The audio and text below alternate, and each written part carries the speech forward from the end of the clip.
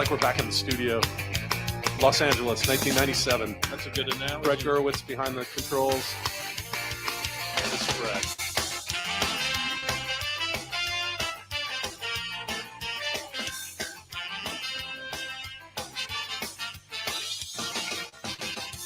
I don't need to tell the truth, but I never lie.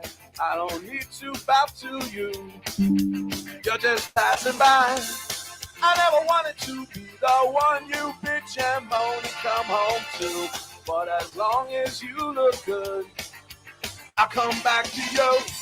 Get inside my troubled mind with all of your threats. Sometimes I think I was blind.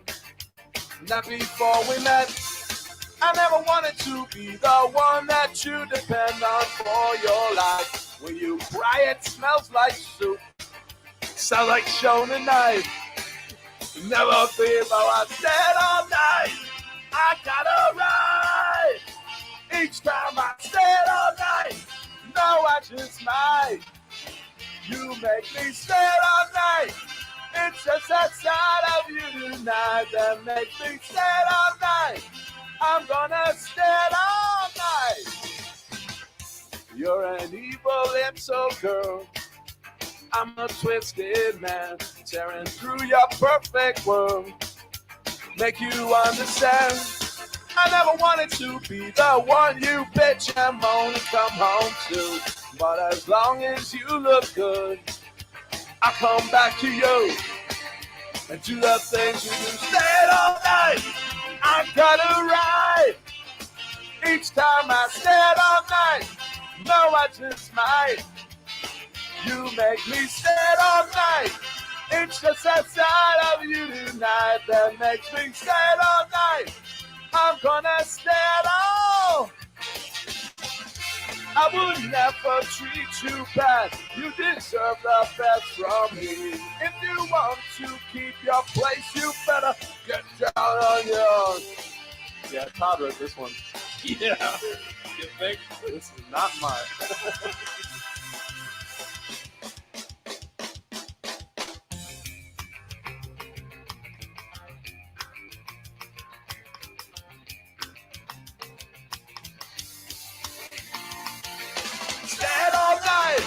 I gotta ride. Each time I stay all night. No, I just might. You make me stay all night. It's just that side of you tonight that makes me stay all night. I'm gonna stay all night. R.I.P. Todd. Text the round robin your questions, comments, wagers. Give us a reason. Sleeper fantasy play, your best alternative line, whatever you have. Text the round robin 757-354-5517. Oh, say, can you see by the dawn's early light what so proudly we hailed at the twilight's last gleaming, whose broad stripes and bright stars through the perilous fight o'er the ramparts we watched were so gallantly streaming, and the rocket's red glare, the bombs bursting in air, gave proof through the night that our flag was still there. Oh, sing us that star-spangled banner yet wave, for the land of the brave and the home of the brave. This is the Deep End Broadcasting Network. You are tuned in to the Round Robin with Stephen Murray on Deep End Broadcasting.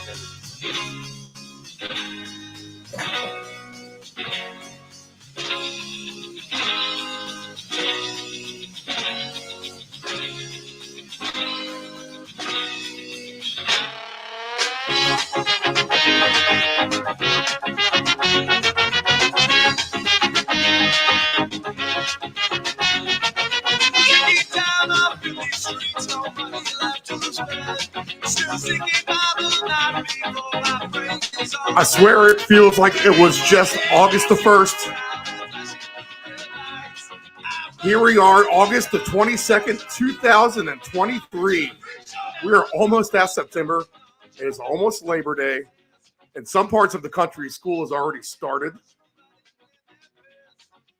Lifeguards have gone back to college. So we're double timing it here in Virginia Beach. But we are broadcasting here live today from the Chicks Beach Studios. This is the Round Robin Drive Time. I am Stephen Murray, and it is here preseason week number 3. And then that is it. We're ready for regular football. College football starting this weekend. We'll do a little SEC breakdown today. We did the Big 12, Big 10, ACC already. We'll go ahead and hit on the SEC today, so we can find out there. Been deep diving the NFL numbers as well. So there's a lot of interesting things that we can get into with the NFL numbers today, and we'll go through a lot of those. A lot of these I want to carry over till Dave Grande on Thursday as well, get his opinions on some of these. But there is some fun stuff out there. 750-yard receivers, 1,000-yard receivers, 1,250-yard receivers. The 1,000-yard receivers, you're getting big time payouts. The 10-touchdown receivers, big time payouts. We only had, I think, 4 quarterbacks throw for over 30 touchdowns last year. I think that number can go up. And there's some big payouts on some guys that you might get discounted for having a good season here, but they all really are shaping up to be some decent offenses in the NFL. Let's go through it just real quick. I mean, you're gonna have the Jets with Rodgers. You're gonna have Allen and the Bills. They're gonna put their points up. Tua and the Dolphins. The Patriots will be questionable. AFC South, I think you can count on the Jacksonville. Everything after that is a toss-up, so maybe not there. AFC North, though, you can make a case for every offense. Pittsburgh, much improved. Cleveland, there's high expectations for them. Cincinnati with Burrow, obviously. Lamar as well in Baltimore, and they're trying to pick up the tempo on that offense. If you can see that from last night's game, the second and third stringers were playing really fast. So if that's the way they're going to do things, that'll be interesting. Then you got the West as well with Denver and San Diego, Los Angeles Chargers. But even the Raiders might not be as bad as we think that they are. Denver, what can they do better? There's just a lot of offenses in the AFC. And there's going to be opportunity for a lot of these guys to throw a lot of touchdowns, I think. Like the Kenny Pickett's of the world. I mean, he could double his number of 15 or 16 or whatever it was last year to 30. And, if he does double that number, it's a plus 650, plus 700 payout. So you can't tell me he can't throw that thing to Pickens and Deontay and Freiermuth and the weapons he has in the backfield now, better offensive line. So that's about 1.7, 1.8 touchdowns a game to have a throwing touchdown over the course of a season. That is if you stay healthy as well. But, you get a 3, and a 3, and next thing you know, you're off and running. You have some room for error on a couple ones. Of course, there might be the one game you have 0 touchdowns. Is all going to be running touchdowns. You got to take that into account as well. But I think there's going to be opportunity for some of these numbers to inflate. Daniel Jones with his receivers. Now, he only had 15 touchdowns last year. You wouldn't think he's going to have a ton this year. I mean, him and Mac Jones are rated about the same. But if you look at the wide receivers for the Giants and Waller now too, I mean, he can absolutely almost double that number. So is it worth to throw him in at a plus 800? It might be. Some of these quarterbacks, and maybe give them a little round robin feel. So we're going to get a look at some of these numbers as we go through the week as well. Teams in the NFC with good offenses, though, since we can say that right now. I can make a case for everybody in the NFC East, especially after last night and Sam Howell Dave Del Grande may have laughed at me about Sam Howell, but he's looking pretty sharp so far. And yes, it is preseason. But Hal and the Commanders have something they can build on going into the regular season. All right, so they have a chance. And Arizona week 1, I'm starting to really, really love Washington. I don't care what the number is. Just healthy or not, Kyler Murray, that knee's going to take something to get back on. So maybe the Commanders can rise up and get a dominant win at home week 1. Let's see. NFC North, better. You can make a case for every one of those offenses being decent. NFC South is a little bit harder for sure. They got a lot to prove. But even the little birdie that I investigated this week with New Orleans, they have the potential to really be a good offense with Carr, Juwan Johnson. The Ant-Man loves Juwan Johnson. Olave, Dave Del Grande loves Olave. I love Olave. So the Saints have potential to be a really, really good offense as well. NFC West, we won't talk about the Cards and the Rams so much. We're starting to trend down on those. In fact, I already took a future with the Rams to be the last winless team. I decided to go ahead and hop on that one. We had a little bit of success over the weekend in baseball. Soccer was real close to some real nice hits. Man, I feel like we're right there on the soccer. We've hit a little bit and close to a lot of it. So we feel like we have a decent feel for that just a few weeks in. And being smarter about it too, laying off a bunch of the unknowns, especially like in the championship. But you got to give the 49ers and Seahawks both chances to be good offenses. So a lot of good offenses, a lot of quarterbacks potentially being able to score a lot more touchdowns, which means more yards for them, which means more touchdown receptions for the receivers, which means more receiving yards for the receivers. So some of these props with the plus monies on over 10 touchdowns, over 12 touchdowns. There's some good categories, and we're going to start to bust out through some of those this week. Also with the fantasy, I mean, we're really right about there. I don't know how many injuries more we'll get for some of these teams, as I think a lot of the people will be put on the sidelines who are going to play significant roles in week 1. I think the coaches pretty much know what they have at this point. We heard about Salah today in the Jets. They were actually going to play Aaron Rodgers. Now, he hasn't played all preseason, so that's a little bit different case. But they expect him to play a couple series just to kind of get his feet wet with the team. You almost have to at some point. So that'll be the story there for the Jets. And, they'll have all these games over with. I think they all play on Thursday. Yeah, let's just kind of go through that slate real quick, because I want to go through some more NFL numbers. We want to talk the SEC, and then we got the baseball slate as well, where I feel like I'm definitely dialed in. I mean, decent little hits on the baseball here recently, and room for a lot more in a very, very close way. A little bit of Operation Shutdown last night in San Diego. Otherwise, we really would have busted a nice one home.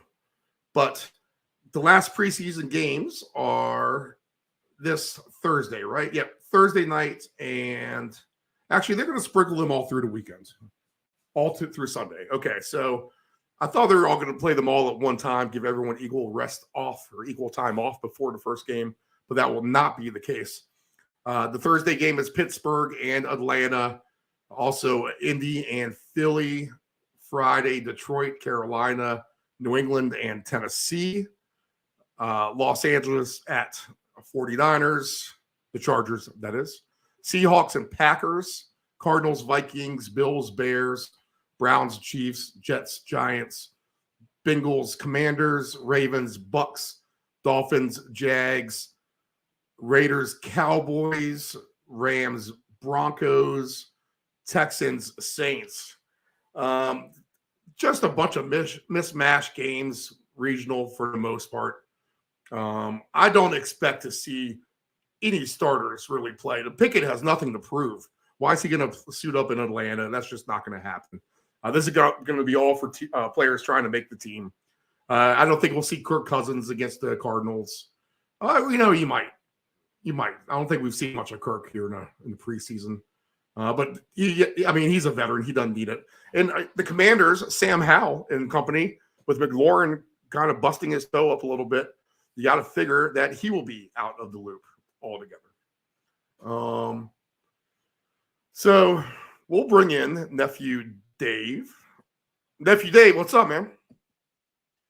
Good afternoon. Finally got the mic working here. It's always the mic that wants to hang back a little bit. Then this is how you train to be the IT number 2, Dave. You know what I'm saying? No, not doing a very good job. Fix everything on the fly. Well, IT number 1 does a terrible job himself, let me tell you. Your Commanders last night, man. Hey, I said it, Sam Howell. Maybe you're a little bit convincing to me as well about the potential of Washington. And obviously it is just a preseason game, but you had to like what you saw last night, right? And all the preseason from your offense. Oh, absolutely, Steve. I mean, Sam Howell looked pretty good. Again, like you said, it's nothing to be like, let's, get crazy here. But he played well. He showed some poise. He took care of the football, and he led some pretty good drives. So we'll see what he can do against the first teams.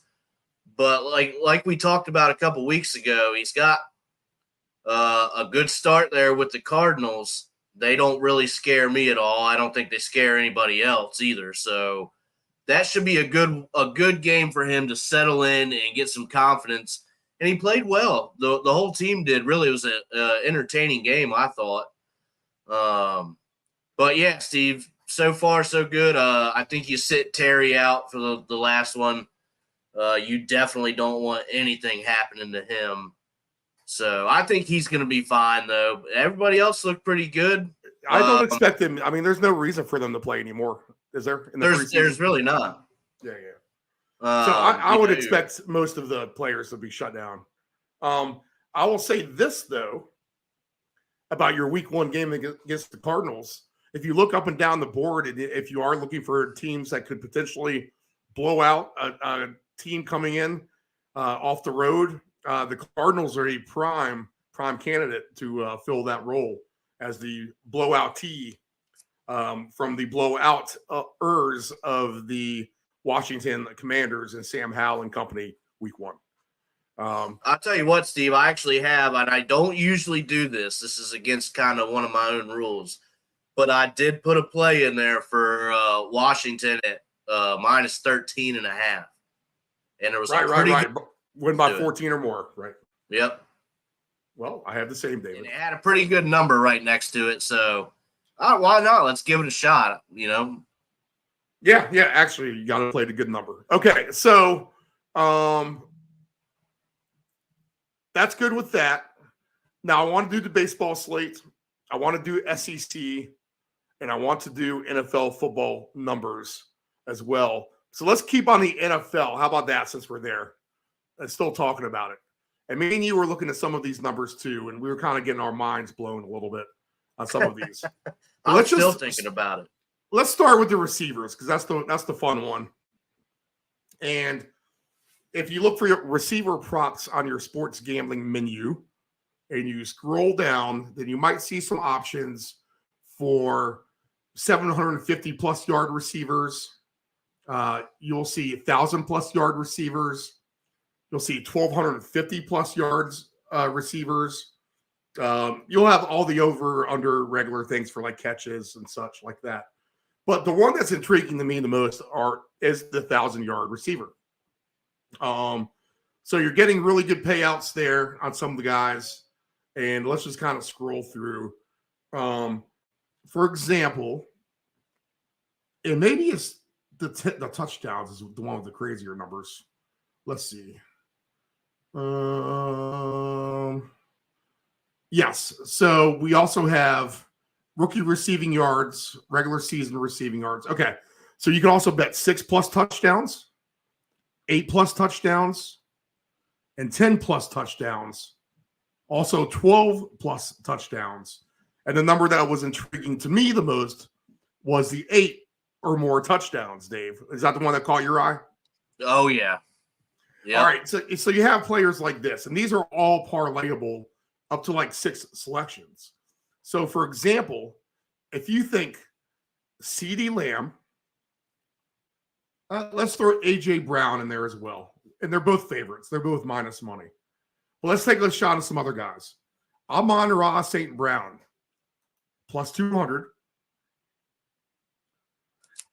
Let's see. Chris Olave, plus 240. Brandon Ayuk, plus 250. And George Pickens, that's just an example, at plus 330. Now, that's just 8 touchdowns, Dave. We're talking to A.J. Brown, CeeDee Lamb. Of course, injuries are the issue here, probably. Amon-Ra St. Brown, Chris Olave, Pickens, and Brandon Ayuk. Now, just looking at this blindly, and the numbers won't reflect it if you look at past stats, because you'll see where these guys haven't scored that. And Pickens only had a handful of touchdowns last year, because I had him for 2 touchdowns all the time. But there's room to grow people for real. Like Kenny Pickett is going to have a much better year. That means Pickens is going to be better. Okay, so those 6 receivers, just a $10 bet pays $4,400. Why would you not do that? It's just 8 touchdowns for 6 guys. A.J. Brown, CeeDee Lamb, Amon-Ra St. Brown, Chris Olave, Brandon Ayuk, George Pickens. Now, let me do another one real quick, and I'll turn this to you, Dave. We'll get your thoughts. Okay, so 8 or more touchdowns. We'll take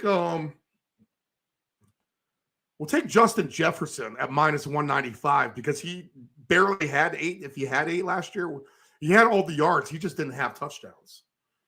We'll keep Amon-Ra St. Brown at plus 200. But now we'll take Deebo Samuel at plus 330. We'll take DJ Moore at plus 360. We'll take Jawan Johnson at plus 370. And we'll take, just for the hell of it, one of your boys, Jahan Dotson at plus 450, Dave.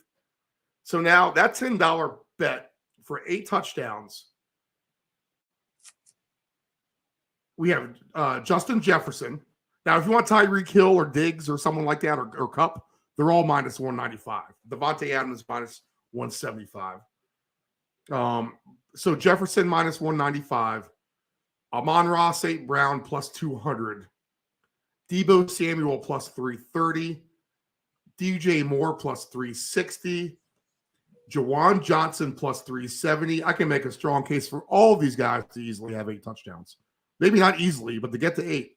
Jahan Dotson plus 450.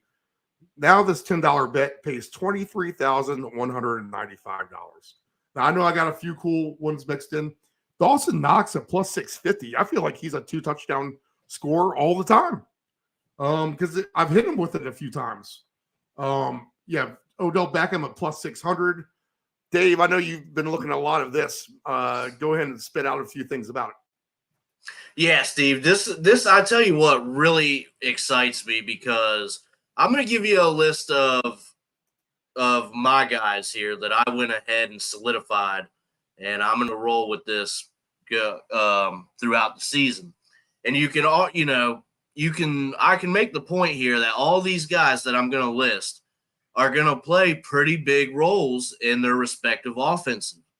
So here we go. And I'll tell you right up front, Steve, this is a super El Cheapo play right here, okay? Doesn't get any cheaper than this one, but I tell you what, you would just be silly not to do it. All right, Steve.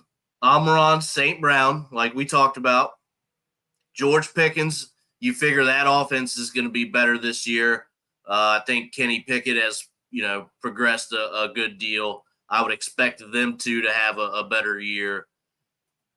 Scary Terry McLaurin.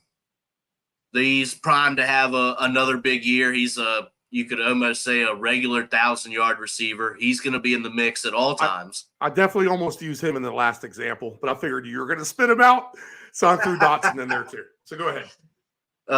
Chris Olave for the Saints. You got to figure he's going to be a big target there. And the wild card, Jahan Dotson, which is really not much of a wild card, Steve, because he's going to be the number 2 right behind McLaurin. He's going to have I suspect he'll have a fun bunch type of year. Right. So, Steve, we put just $5 down on this, all right? Just a El Cheapo, why wouldn't I? $6,030 for a $5 bill for these guys who you expect to be very involved for 8 touchdowns this year. Now, like you said, the injury, if this doesn't go and these guys don't get it, the injuries should be why. I mean, this one really excites me, Steve. I'm going to have to play this, I think, too, just because you're really hoping that it is a air show by the Commanders. Too. Yeah. Oh, absolutely.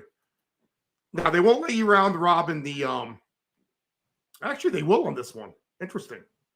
I was thinking because Dotson and McLaurin are on the same team that they won't let you parlay those two guys together, but they definitely are letting you on the grid. So bonus props to them for not negating the fact that they are teammates. They're letting you parlay that anyway. So good deal. Dave, I mean, I'm going to have to hop on that one too. And here's a good way to do this, people out there. Is maybe throwing your $20 here and there to do it. But if you're playing baseball or playing golf or whatever, and you get a winner, hopefully you're always cashing out. So you get a cash out. You can always put the money back in, but it just feels good to get the cash out. I know a lot of people are like, yeah, I'll just leave the money in the account. I'm going to use it anyway. Then they blow right through it. No, put that money in your hand and keep it small still. That way you're not blowing through big wads of credit money. Get that money in your pocket. They'll pay you fast. It's one thing to win. It's even better to get paid. Okay. That's from the famous Mr. X, who picks baseball future winners. But yeah, it's one thing to win, but it's another thing to get paid. So make sure you always get a payout of something and then leave a little bit in there.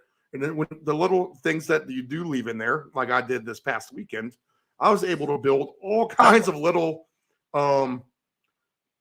tickets already of all kinds of things. So I jumped on the Saints to be the last winless team, last team with a win, just because their schedule is hard. It might come down to week 4 at Indianapolis. But Indianapolis could maybe even have won a game by then because I think they have the Texans before that. But I have a bunch of these little guys all parlayed together too. Now, we can do the same thing with the rushers, Dave. In fact, let's stay on the receiving real quick because I want to look at the 12 touchdown guys for a second.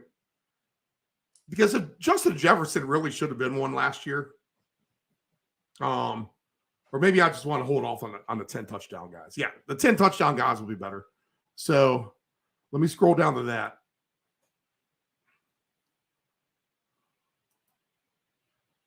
As I keep clicking off. Okay.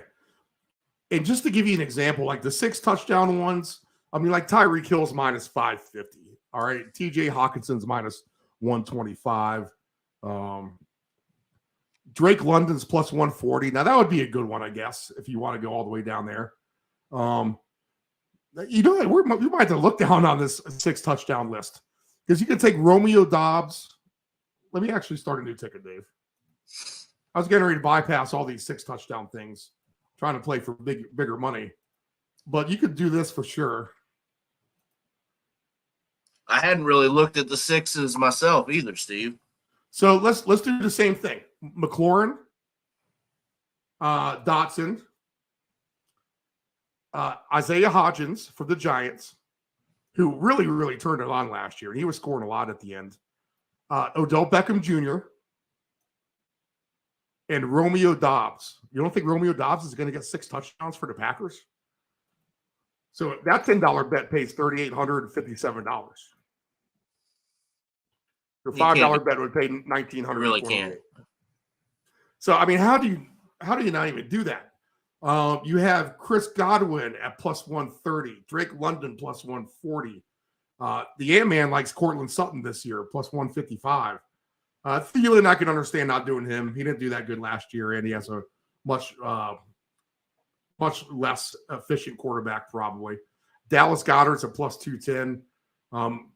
Deebo Samuel for 6 receiving touchdowns is plus 125. George Pickens is plus 125. So there's any kind of number of ways you can do these receiver props. And yeah, round robin them, because I think you're going to hit at least a few and at least get your money back, if not a smaller payout, than just trying to go all in on the fiver. Try to round robin it a little bit. And, you know, even if it's 50-cent legs, if you're going to be a small player, do it. And then if you can hit that little jackpot of 5, you're still going to get a great little payout. Now, if we look back up,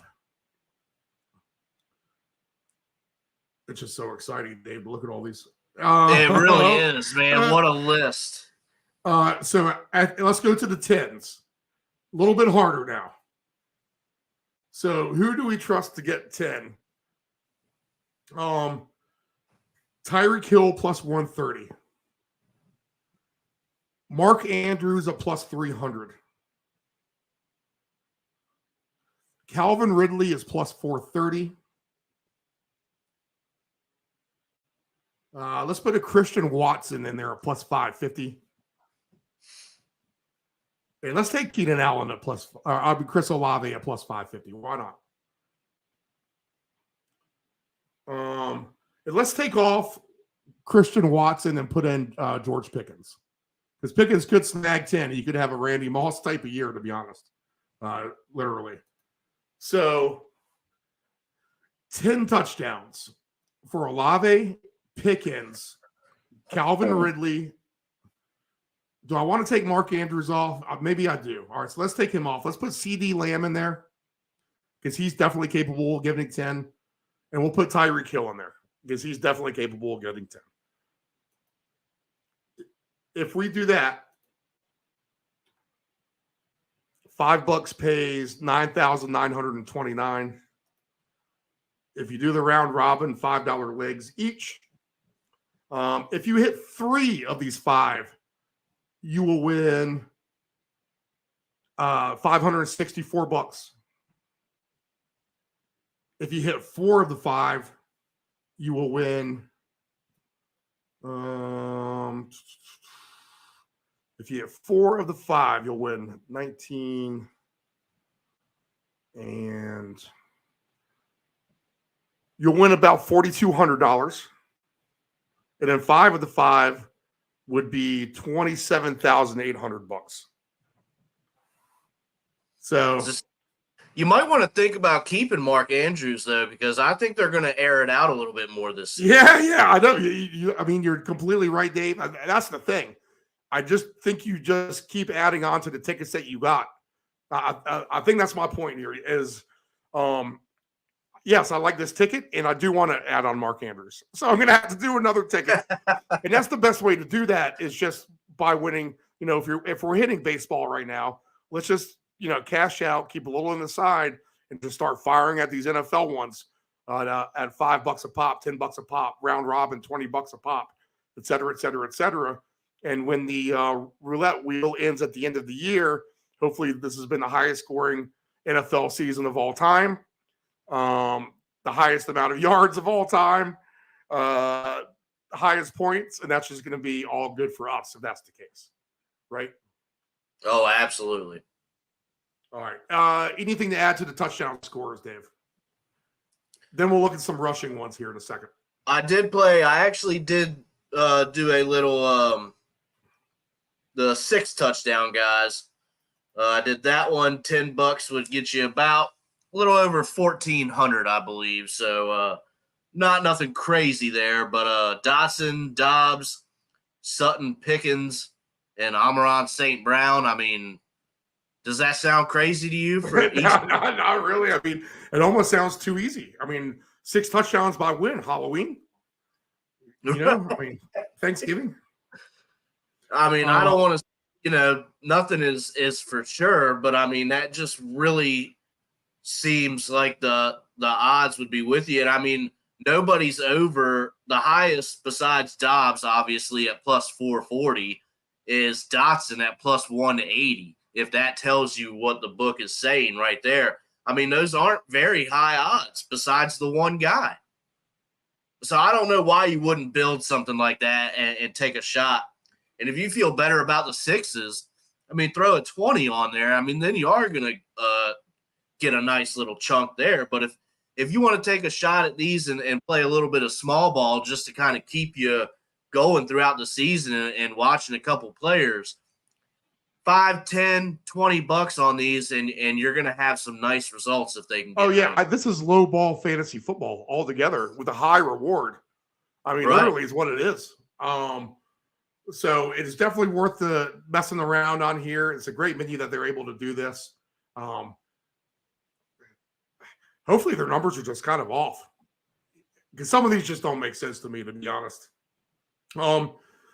Now, the 6 rushing touchdowns, and you can combine up to 7 of these.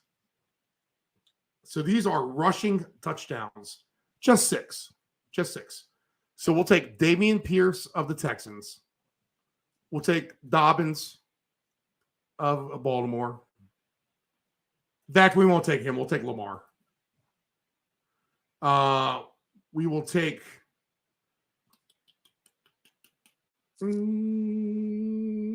actually, we're going to get off the 6s because the payouts aren't as good as the receivers on the 6s. So let's go to the 8s. A little bit funner here. Okay. So who can have 8 rushing touchdowns? Dameon Pierce, Lamar Jackson, Najee Harris, Ramondre Stevenson, and Justin Fields. I think Alexander Madison would be a good one in there. Tony Pollard you could throw in there. Saquon you could throw in there minus 125. What about Nick ETN? Chubb's minus 1.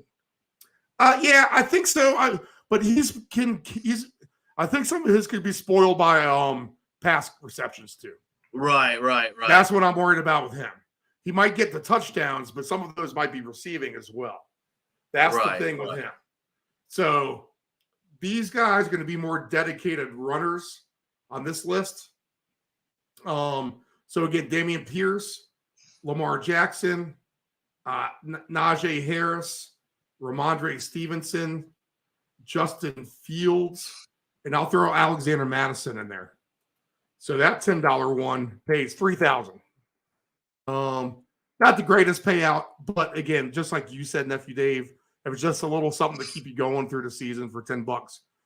Lo and behold, here you go. Happy New Year, $3,000 when your 6 players easily get over 8 touchdowns. Kenneth Are you Walker going would to be be a mad guy. at that come New Year? Come on. What's that? I said, are you going to be mad at that come the New Year? No. Play your small ball ticket and just be happy about it at the end of the year. That's what I'm doing. Not you personally, Steve, but anybody watching and listening. Just have a little bit of fun with it, and it cashes at the end. Come on. Couple grand, you're happy. All right, this is the better one. 10 touchdowns. This is where the payouts get really, really juicy. So Dameon Pierce from the Texans, I think, has a chance to get 10 touchdowns for sure. He's a good running back. Lamar Jackson, do you think he gets 10 touchdowns, Dave? I think, yeah, probably right around it. He'll be right there in the neighborhood. Let's put Justin Fields in there as well. Let's put Ramondre Stevenson in there as well, because he will get the load at the goal line. And let's Tony Pollard is like in the ETN category. You know what I'm saying? He falls as a receiver. Same with McCaffrey. So I just don't trust those guys. Austin Eckler is someone I would trust, though, for 10 rushing touchdowns. Although he catches the ball a lot, they're more going to hand that ball to him down by the goal line because he is a little bulldozer. That's kind of a dedicated role for him. They will pass him the ball midfield, but goal line, they will run it. So Eckler, Stevenson, Justin Fields, Lamar Jackson, Dameon Pierce. Now, I would not expect to hit all of these at 10, so that's why I will round robin the running backs for sure. Because I think I can get 3. And if I do, I'm going to at least get $500 back. If I can hit 4, I'll get $4,000 back. And if somehow all 5 come through, $25,279. How about the running back situation for Washington, Dave? Do you see that as Antonio Gibson mainly at the red zone? I think it's going to be in the red zone, possibly, but I think you're going to see a lot of Brian Robinson Jr. I think he's going to have a great year. Neither player listed right now on this list. No. They should add. Hopefully they'll add some more as the season gets here and the roles get more declared. And I think they probably will. That'll end up being the case. But do you have any rushers that stick out to you to have big seasons? No, Steve. I do have a 12-plus ticket, though, that I took a shot on. Okay, what do you got? So with that, my thoughts are, and you kind of worried me there with McCaffrey, but I took Eckler, McCaffrey, Chubb, and Bijan Robinson all to have 12 rushing this year. And that little $5 ticket pays out $3,100 if those 4 guys can find Bijan who? Bijan Robinson, Nick Chubb, Christian McCaffrey, and Austin Eckler. 4 guys. It's a 4-leg parlay that need to find pay dirt 12 times via rushing.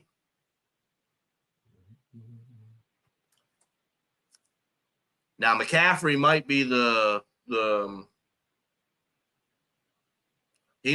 one there, but we'll see. I don't know. He's a prolific player, so I can imagine Josh Jacobs.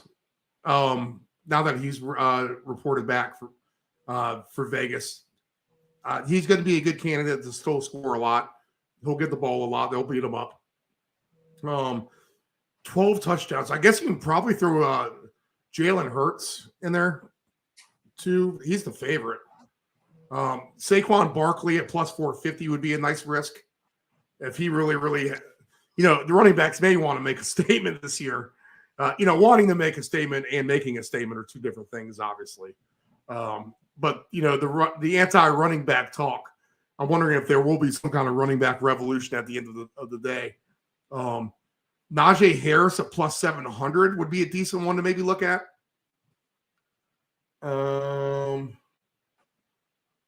Dameon Pierce at plus 1,300 for 12 plus touchdowns. So I'll do these 4. I'll do Josh Jacobs, Saquon Barkley, Najee Harris, Dameon Pierce, and my $5 ticket will pay $12,315. Yeah, Steve. I mean, there's just a lot of fun to be had there in those categories. It keeps you interested for sure until the injuries happen. I'll throw one more in there. How about Isaiah Pacheco? You liked him last year too. So if you throw Pacheco in there, the straight. Okay, they'll only let you take 4. Okay, you can't take 5. So throw Pacheco out. Okay, so they'll let you do a maximum of 4 players on the round robin. Alexander Madison, he'd be a decent one. Let me throw him in there. I'll keep Najee. I'll get rid of Jacobs. I'll get rid of Barkley, and I'll put Ramondre Stevenson. So Ramondre Stevenson, Alexander Madison, Najee Harris, and Dameon Pierce. $5 ticket pays $27,295. What's that you always say about the scratcher, Steve? I mean, why not? Why would you not play a 5 on that? Why would you not put a 5 on that? All right, Nephew Dave, let's take a break. You got your SEC handbook out? You got your commissioner's guide ready to go? Been doing a little bit, seeing some interesting stuff from a couple different people have some ideas of who's going to win that conference. I've heard a few different things. I think I might even have an underdog that we might look at as well. They can possibly sneak up. And I'll give you the theories on why all that can happen once we get back after these messages. We'll throw a Pie Taster song in there, Dave. I need to take a little extra second break. So this will be about an 8-minute break with the Pie Tasters, people. So enjoy. Me and Nephew Dave back right after this. SEC football, full baseball slate ahead.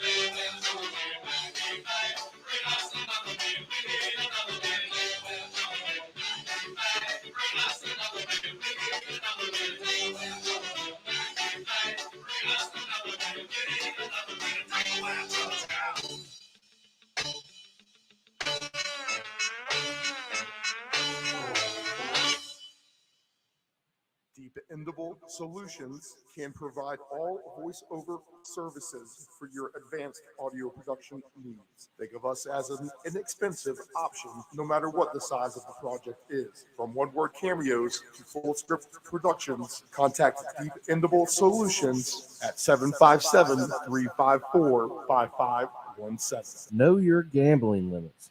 Don't ever bet what you can't cover. Wagering on sports is only fun when you do it the right way. Not every bet will win. When you get on a bad run, know it and avoid trouble. Know your gambling limits.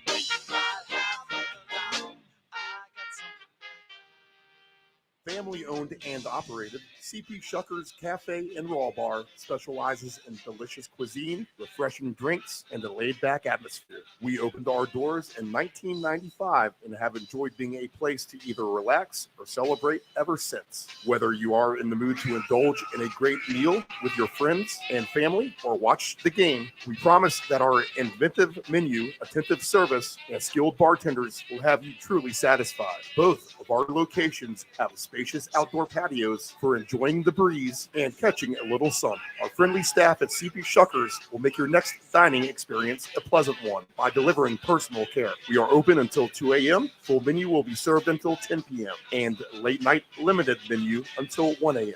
For larger parties, please give the location of choice a call. Pacific Avenue, 757-425-8676 or Shore Drive, 757-412-2929. More information at cpshuckers.com. Thank you for your continued support and have a shuckin' good time. Control your alcohol. Don't fight.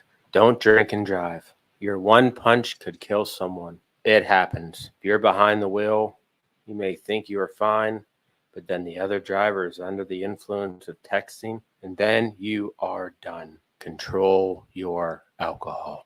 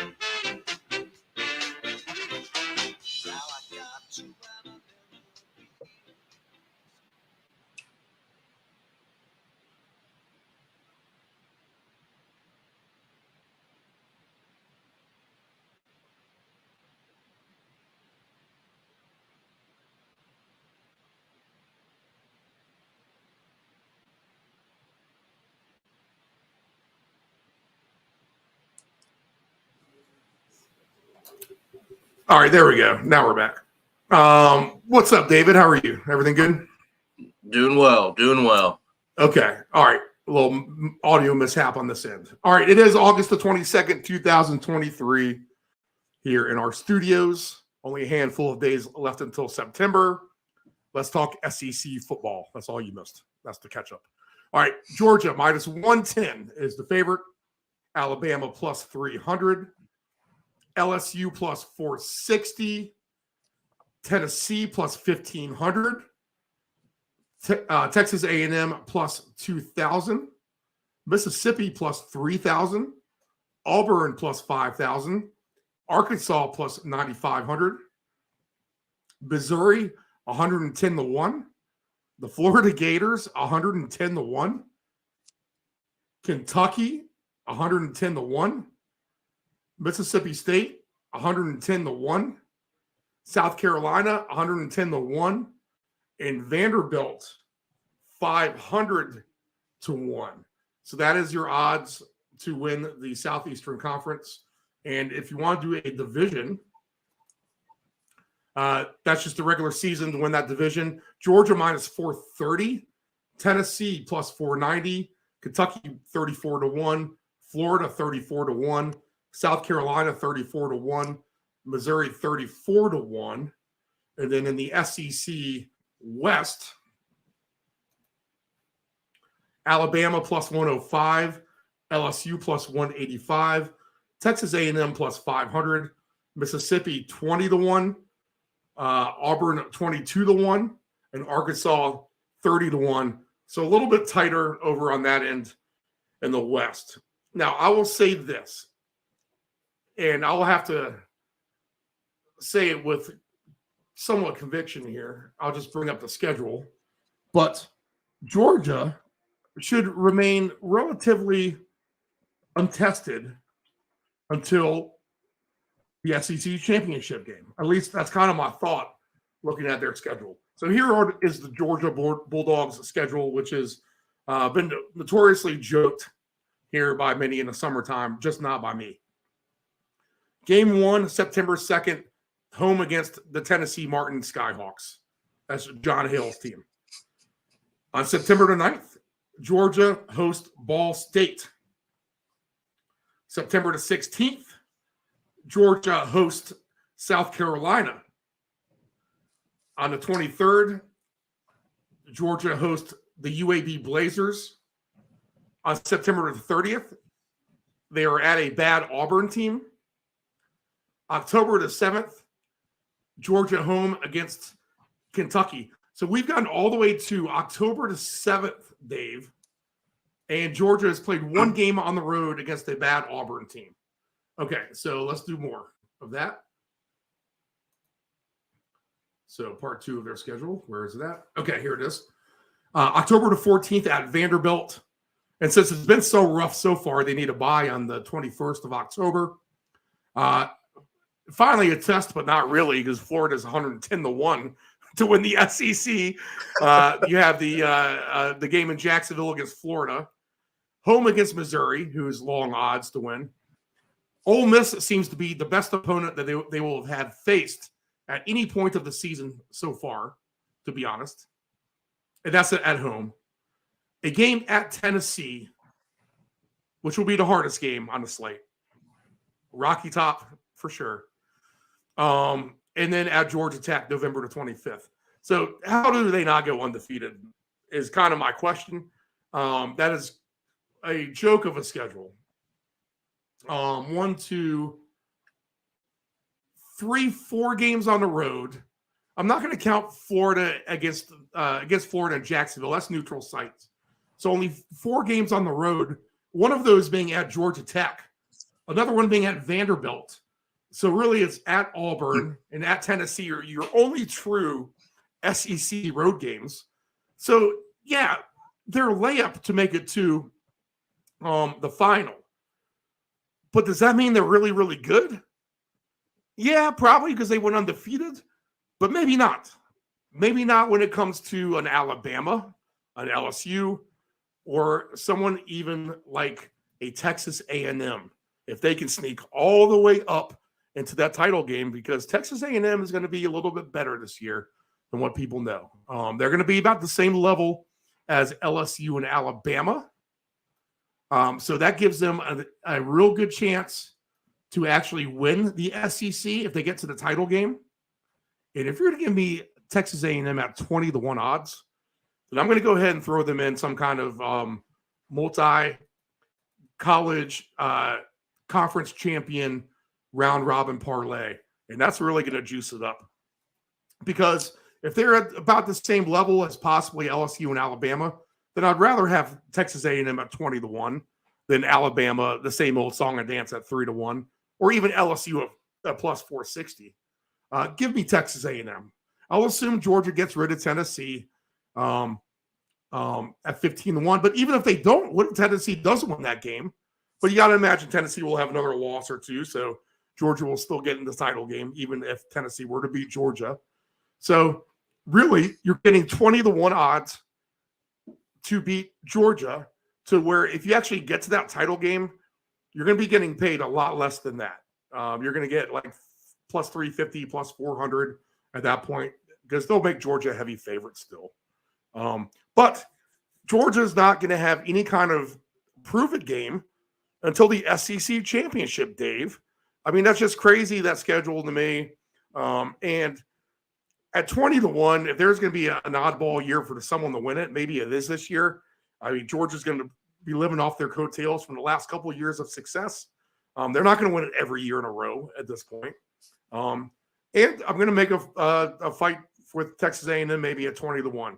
So go ahead and give me your take on the SEC as you see it right now. Yeah, Steve, I mean, that's about as easy as it gets. I think we can all certainly agree on that. Steve, the two teams that I like, I went ahead and took Alabama in a 4-leg conference parlay that I have. I do believe that Georgia is playing with a new quarterback this year.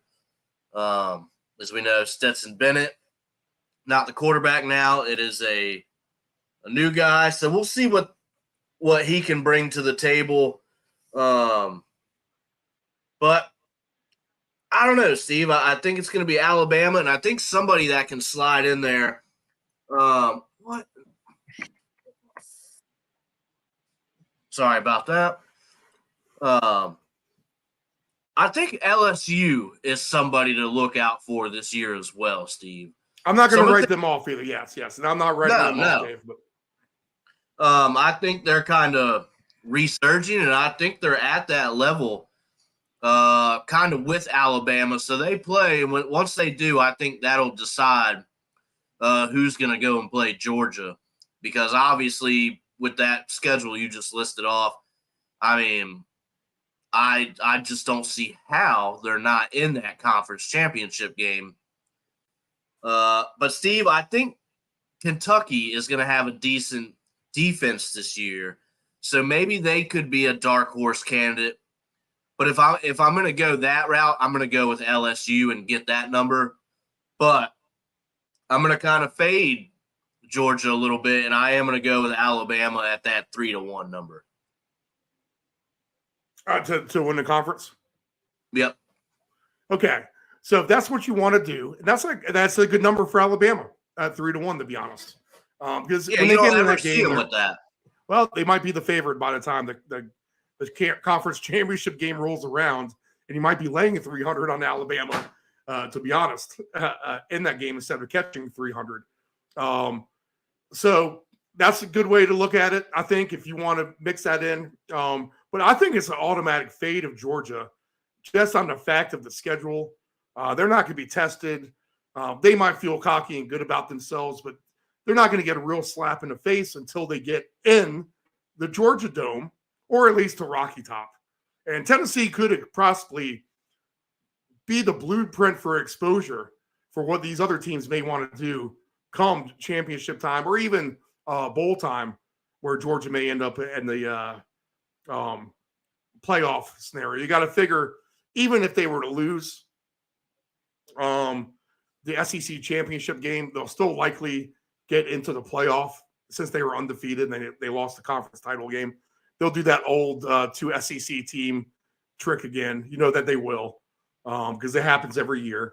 So it happened last year, right? So I know that was the Big Ten got 2 last year, but 2 teams can get in the playoff is what they proved.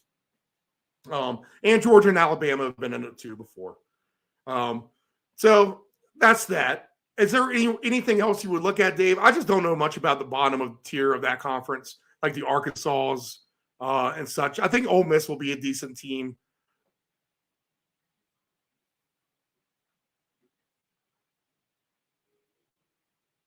Oh, I think I lost you, Dave.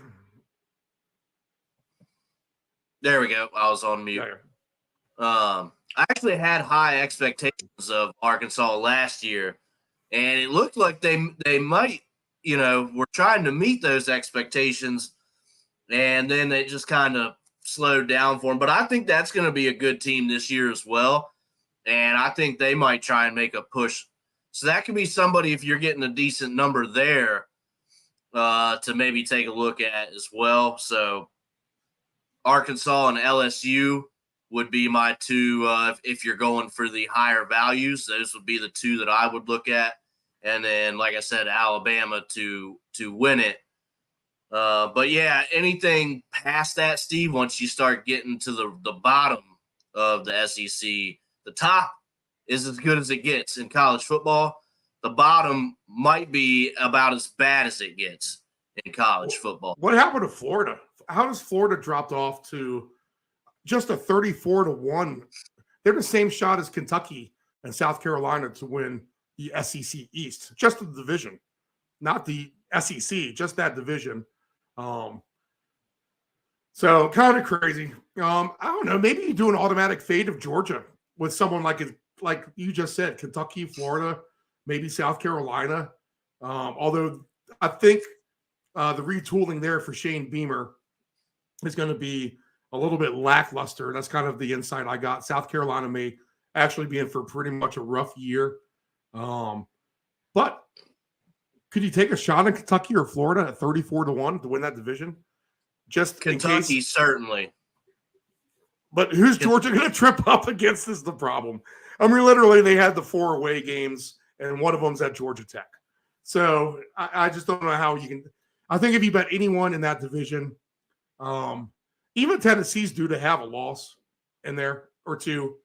So Georgia, even if they were to lose to Tennessee, would still make the title game, I think. It's really going to be the West. That's going to be the exciting thing. So we'll see. It's interesting that Texas A&M is plus 500 to win the West and 20-1 to win it all in the SEC, because that's just one game and you're plus 1,500 difference on one game. Really? So that's just kind of a weird number to me. But I'm going to stick with Texas A&M, Dave. There will be a early December upset in the Georgia Dome in that 4:00 game, because Georgia will not have played anybody all year, and they will look terrible when push comes to shove and they got to play big boy football. That's just a gut feeling that I got and what I'm going to stick with here. So are you going to take Bama? Is that your official SEC play? Yep, Bama. That's my SEC play this year. And Steve, it sounds like we'll need to be in the sports lounge there for that game you're talking about. Oh, yeah, of course. We'll have to do that for sure. Okay, I don't think I have any other thoughts on the SEC. Let's go ahead and do one more break, David. All right. And then we will do the baseball slate. This will be a shorter break, about 5 minutes. But when we get back, we have a full rundown of Major League Baseball. We'll go through the pitching matchups. We'll try to come up with some plays. And not quite yet. But if a couple things can go right this week, we might be on the verge of being on a super hot streak. So let's try to get going on that. We don't want to go cold. We want to keep it up with what we've been doing right.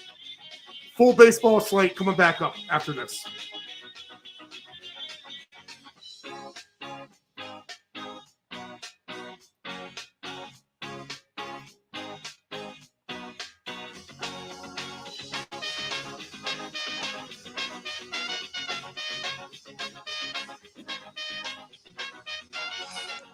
Family-owned and operated, CP Shuckers Cafe and Raw Bar specializes in delicious cuisine, refreshing drinks, and a laid-back atmosphere. We opened our doors in 1995 and have enjoyed being a place to either relax or celebrate ever since. Whether you are in the mood to indulge in a great meal with your friends and family or watch the game, we promise that our inventive menu, attentive service, and skilled bartenders will have you truly satisfied. Both of our locations have spacious outdoor patios for enjoying the breeze and catching a little sun. Our friendly staff at CP Shuckers will make your next dining experience a pleasant one by delivering personal care. We are open until 2 a.m. Full menu will be served until 10 p.m. and late night limited menu until 1 a.m. For larger parties, please give the location of choice a call. Pacific Avenue, 757-425-8676 or Shore Drive, 757-412-2929. More information at cpshuckers.com. Thank you for your continued support and have a shuckin' good time. Hey, does your home have algae or stains on the siding?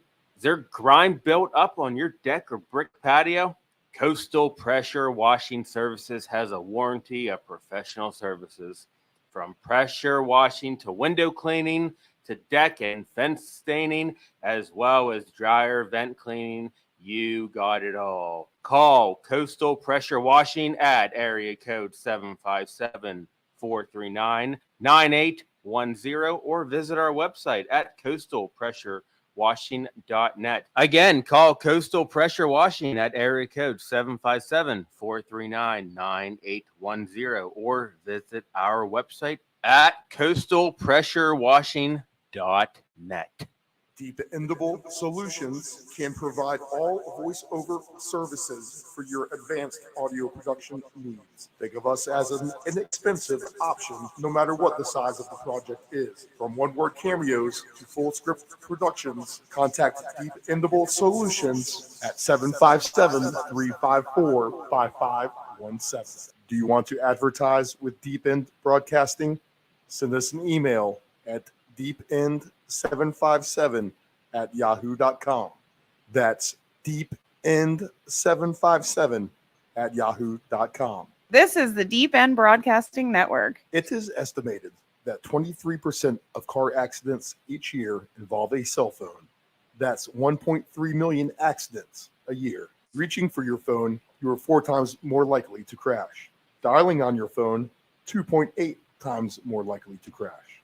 And texting on your phone, you are 23 times more likely to crash. Attentive drivers are safe drivers. Know your gambling limits. Don't ever bet what you can't cover.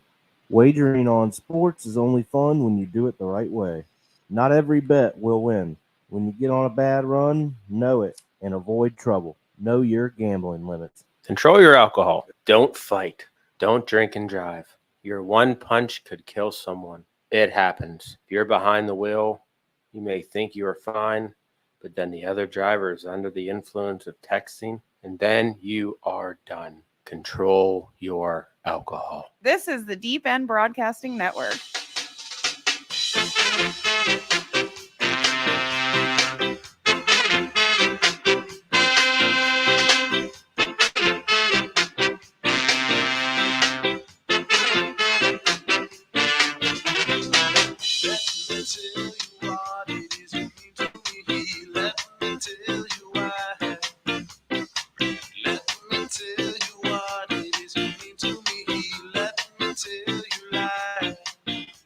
Major League Baseball standings. Let's try to identify the good teams and the bad teams real quick, and we'll see where everyone stands.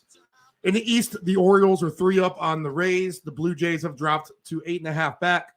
Big series for Toronto starts tonight in Baltimore. Red Sox 11.5 back, and the Yankees 1-9, losers of 8 in a row, 1-9 in their last 10. I think they are 33% winning percentage since the All-Star break. Yankees, 4 games under 500 and now 17 back of the Orioles. That sounds good, Dave. You like that, don't you? Yes, I do. You know I do.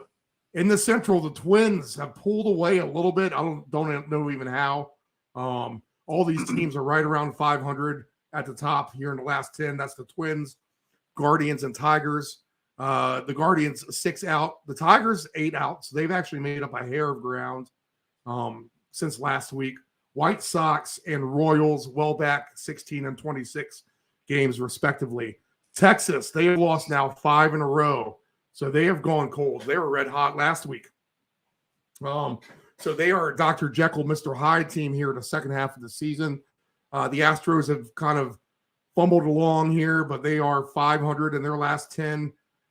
Mariners on fire, winners of 7 in a row, and scorching hot before that as well.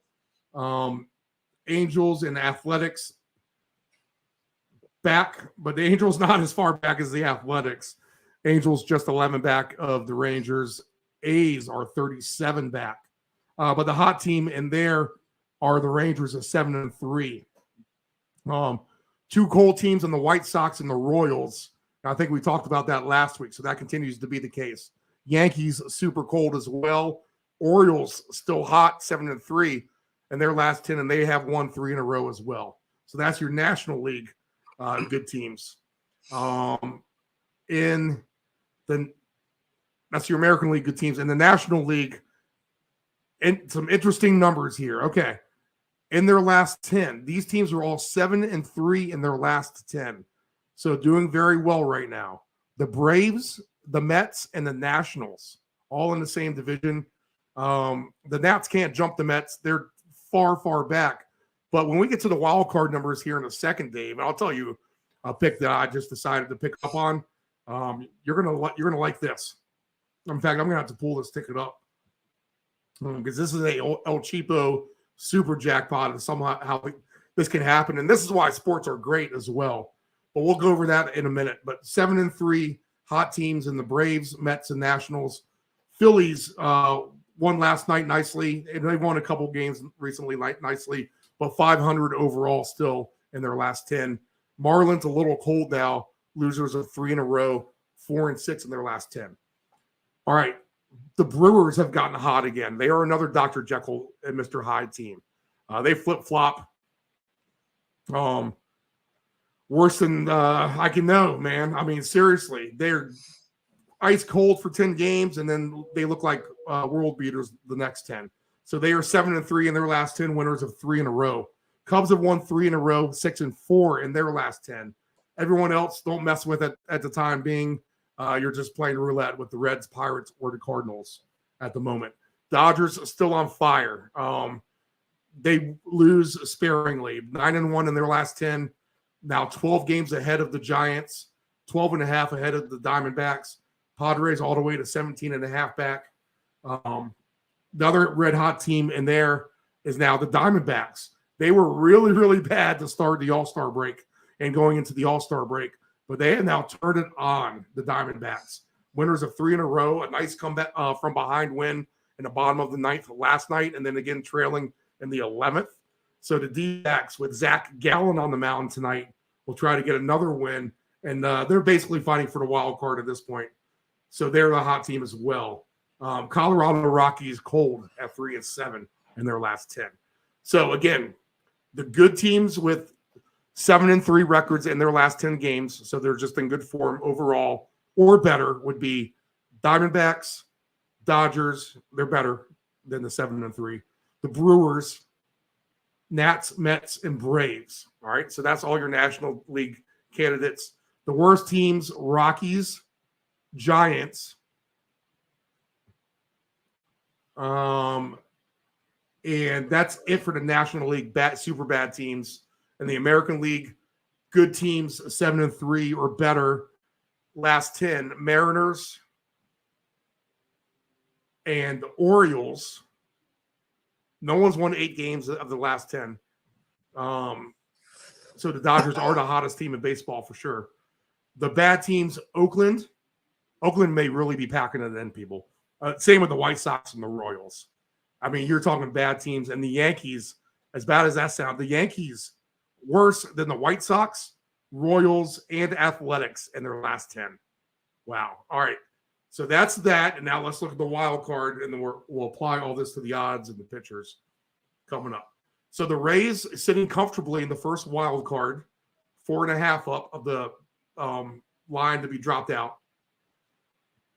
So they'd actually be 5.5 up on the Blue Jays. So the Blue Jays would be the first team out now. Mariners would be in, Astros would be in, but the Astros just a half game ahead of the Mariners. I think the Mariners will pass them in the division by Sunday. That's going to be my prediction. That could even happen by the time the show's over this week. But I would give it at least a week to be comfortable. But I think the Mariners will pass by the Astros and they won't look back. That's going to be my prediction there. Blue Jays, 1 game back of the Mariners. Red Sox, 4 games back of the Mariners. Angels, 9. Yankees, 9.5. Cleveland closer to the AL Central than they are the wild card. Same case for the Tigers. Everyone else out, figure at this point. All right, David, your take on any of that I just said? Go ahead and let's count the Yankees out too while we're doing that. Yeah, I think they're toast. 9.5 playing the way that they're playing. That is a tough ask, Steve. So I think that they are starting to get cooked. Wait till you hear the line on the game tonight. We'll get to that at the 7:00 game. The Yankees are big favorites at -188 with Carlos Rodon, who has not been good at all, against Josiah Gray, who's decent. So we'll, let's just start with that game since we're talking about it. We can rewind a bit. No need to jump around like with ants in our pants, right? But the Yankees are -188. Dave, I like the Nationals. I'm going to tell you this right now. They've been playing good ball. They are one of the hotter teams on the list. We mentioned them as being hot. They can win some games. Josiah Gray's a good pitcher. Carlos Rodon isn't. I think a few weeks back when John Carlos Stanton jogged from second base to home on a base hit, the score, where he doesn't run hard, I think that tells you everything you needed to know about the Yankees and their attitude in the clubhouse. I expected there to be major changes as well. Manager, executive above that as well, potentially, because this is embarrassing to New York. They are not used to this at all. As bad as they have been at times, is really bad, and I think it continues to be bad tonight. And why are you going to try to tip me to take the Yankees at minus 188? Your price with the National is at plus 158. In fact, if you want to even go crazier, Could they win that game by 2.5? I bet you that's a nice number. well, at 7-1 odds for them to win by 4 or more. I mean, the Yankees have been getting blown out. Not only have the Yankees been losing, they've been getting blown out. So you could take a risk at 7-1 on the Nats in an El Cheapo parlay if you wanted to. I think at minus 2.5. Let's see. What's the number you got, Dave? Checking that now. Plus 350. I like that. That's good enough to sell me. I got plus 450 even. That's even better. So shop around on that one, sir. Sells me. Get some better odds, but I think you can throw the Nats in something for sure tonight. Just to give you an idea on Rodon, since we're going to pound on him a little bit. Let me get the games up.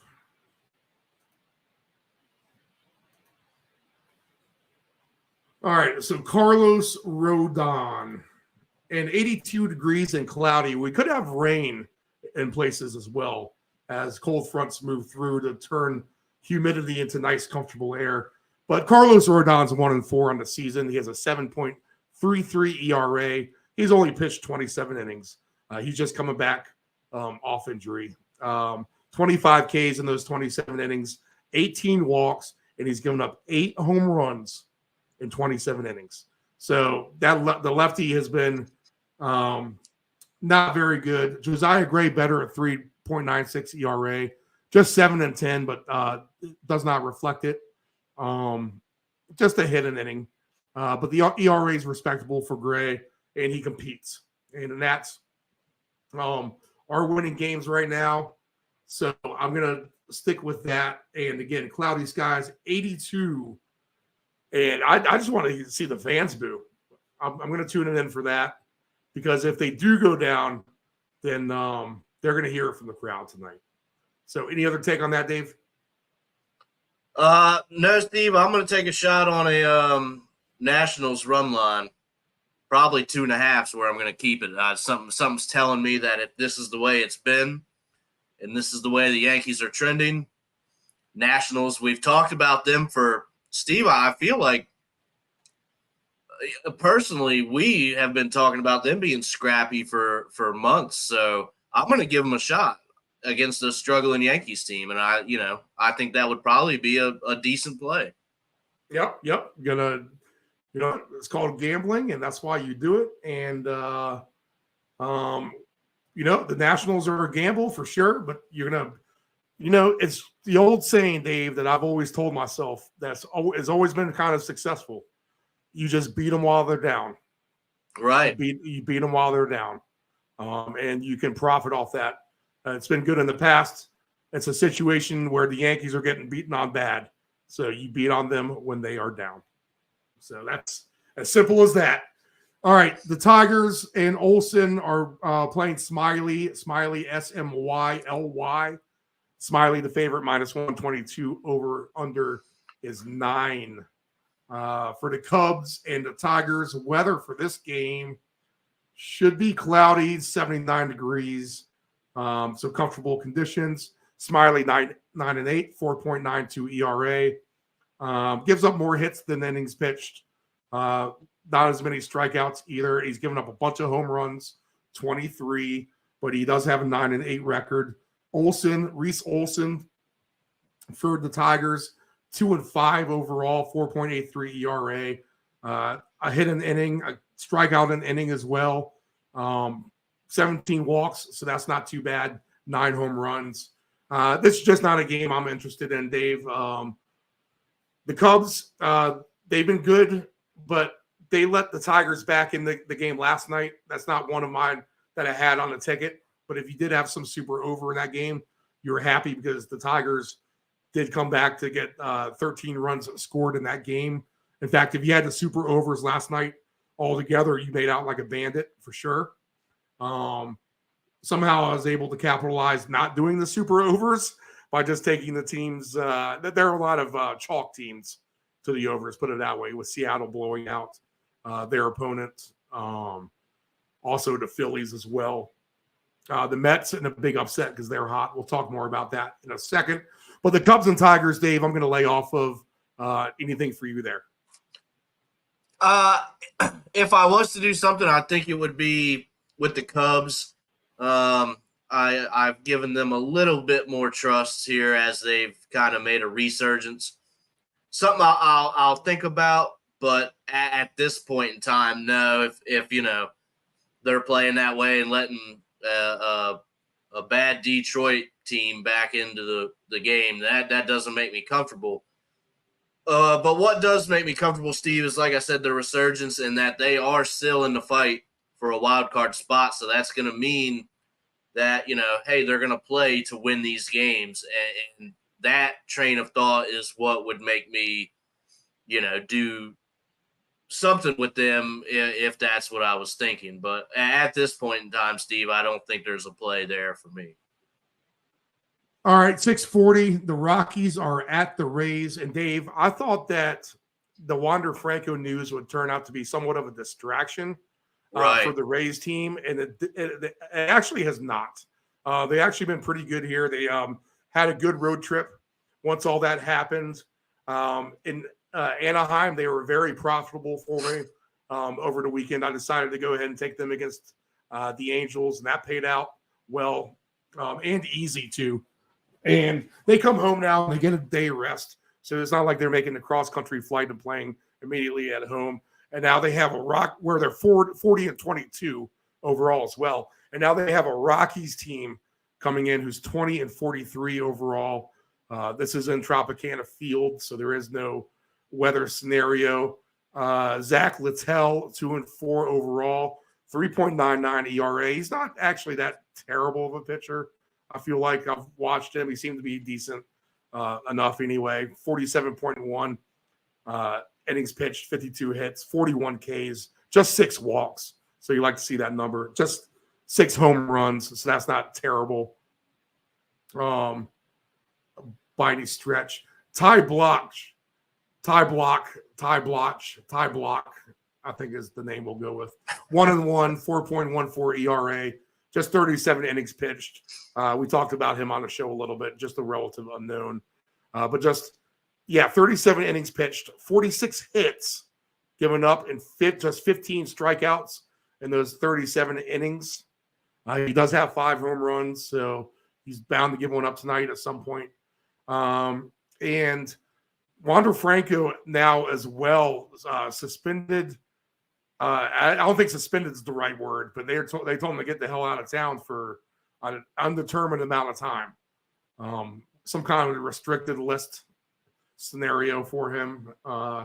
You can see exactly what list he's on if you want to Google it, go for it. But no Wander Franco, Dave. But it hasn't mattered for the Rays, and I don't think it's going to matter tonight, to be honest, against the Rockies. This team might be rallying around themselves. They're quite the opposite of what I thought. They had a good West Coast road trip, and now they come home to face this Colorado team. They are a heavy favorite, -275. Over under is 8.5. So I would just do this. I would just expect them to pound the Rockies at home. Maybe Mr. Littell gives up a run or 2 or 3. In fact, you kind of just hope that he does. That is the case. But we'll go ahead and stack it up on this one. And I think the number I went with isn't around anymore. So you'd have to take them.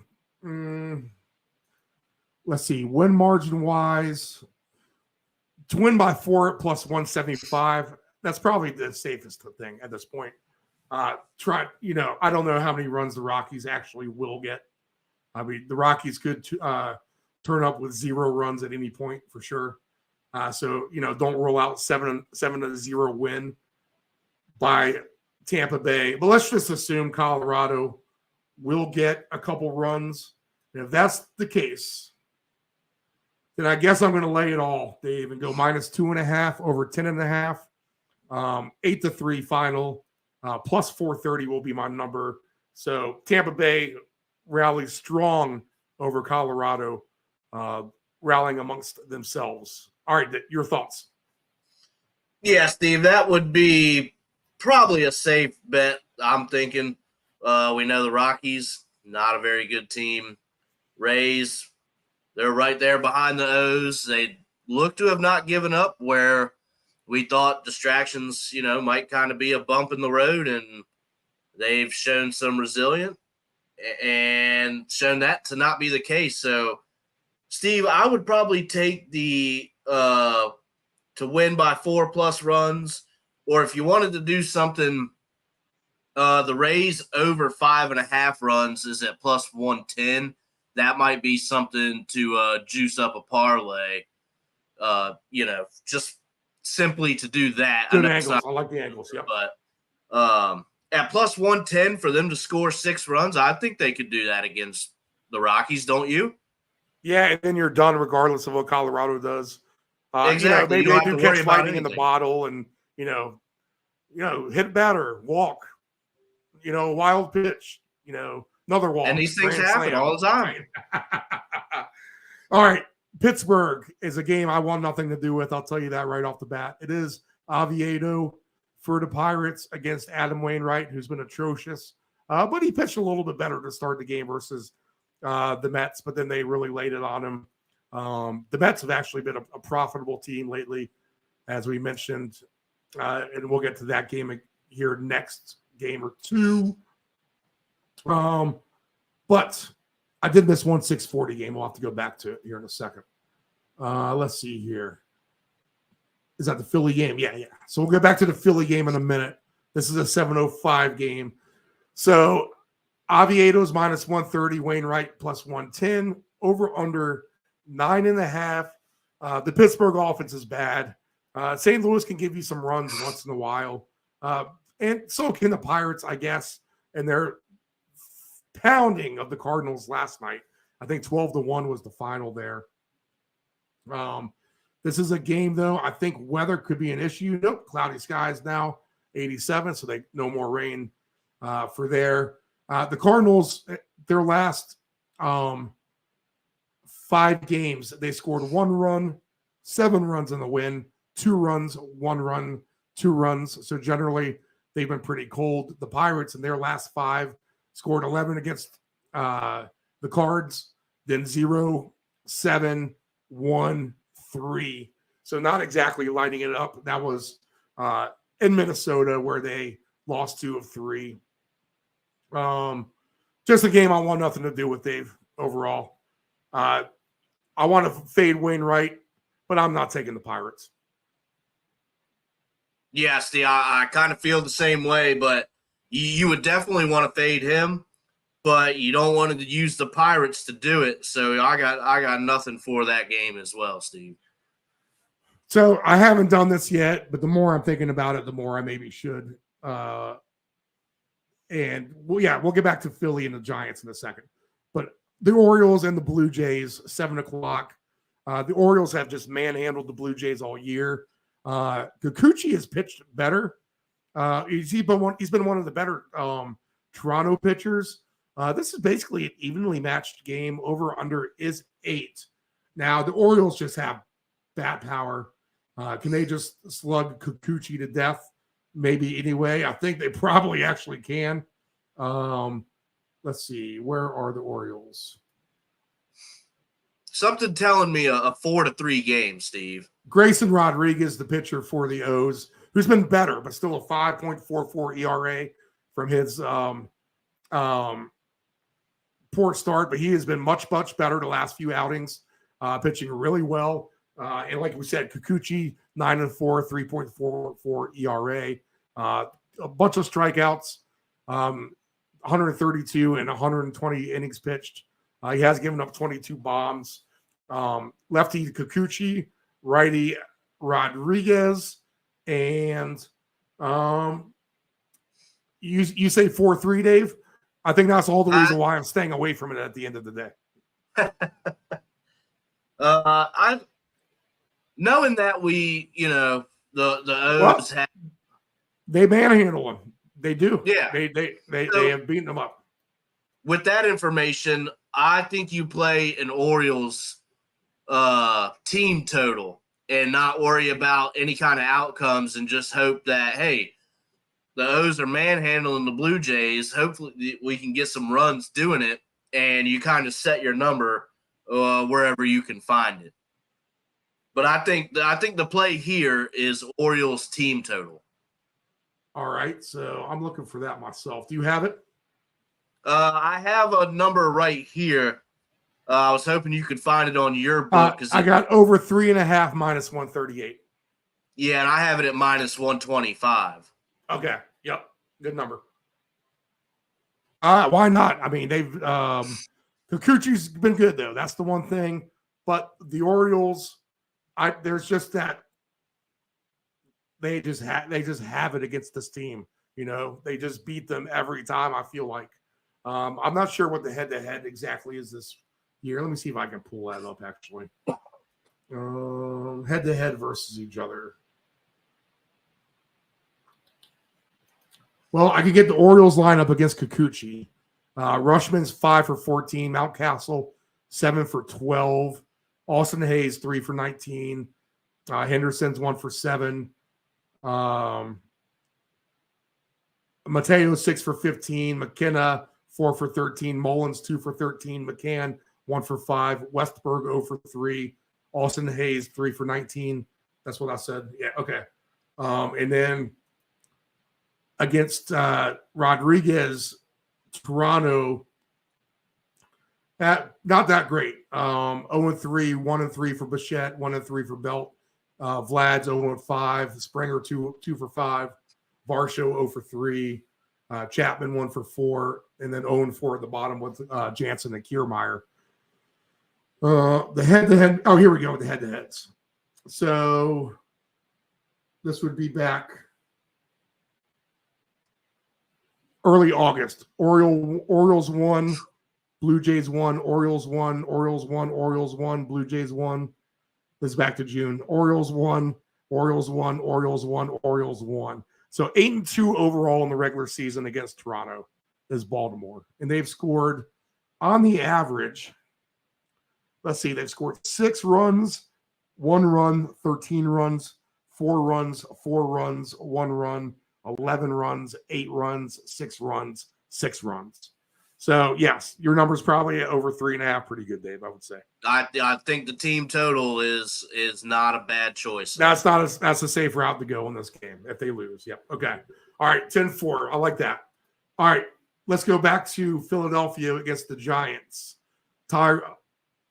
Taiwan Walker for the Phillies minus 130 against Harrison and the Giants plus 110. If I pull this one up, Citizens Bank Park in Philadelphia, chance of showers. So be aware of that if you're heading out to the ballpark. Let's see. All right, Harrison has no stats, so this would be his major league debut. He is a lefty. Taiwan Walker, 13-5 overall, 4.03 ERA. He's been pretty decent. 131 innings pitched, 113 Ks, 113 hits, 106 Ks, 55 walks. So a lot of walks, 17 home runs. And it is a lefty for San Fran. So this will be his major league debut, 22-year-old out of San Jose, California. All right. So he is called up from AAA Sacramento, and he had just turned 22.